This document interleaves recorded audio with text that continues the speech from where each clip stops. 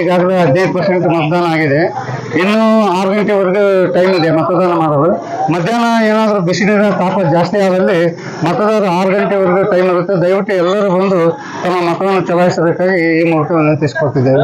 ಮತದಾನ ಮಾಡದೇ ಇರೋರಿಗೆ ಅವ್ರಿಗೆ ಏನು ಹೇಳಲಿಕ್ಕೆ ಇಷ್ಟಪಡ್ತಾರೆ? ಮತದಾನ ಮಾಡದೇ ಇರುವವರಿಗೆ ಅದು ನಮ್ಮ ಹಕ್ಕು.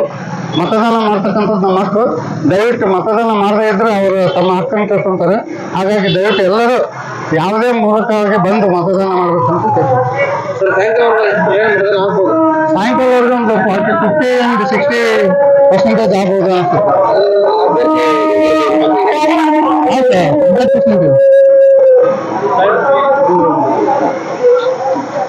ಚೆನ್ನಾಗಿ ನಡೀತೈತಿ. ಈಗ ಆಲ್ಮೋಸ್ಟ್ ಈಗ 20% ಮತದಾನ ಆಗೈತಿ. ಇನ್ನು ಸುಮಾರು ಈಗ ಜನ ಹೊರಗಡಿದ್ದ ಜನ ಕೆಲ್ಸಕ್ಕೆ ಹೋಗೋರು ಕೆಲಸಕ್ಕೆ ಮತ್ತು ಈಗ ಬಂದು ಜಲ್ದಿ 7 ಗಂಟೆ ಒಳಗಡೆ ಮತದಾನ ಮಾಡಿ ಹೋಗೋರು ಇನ್ನು ಹೆಚ್ಚಿನ ರೀತಿಯಲ್ಲಿ ಬರ್ತಾ ಇದ್ದಾರೆ ಜನ.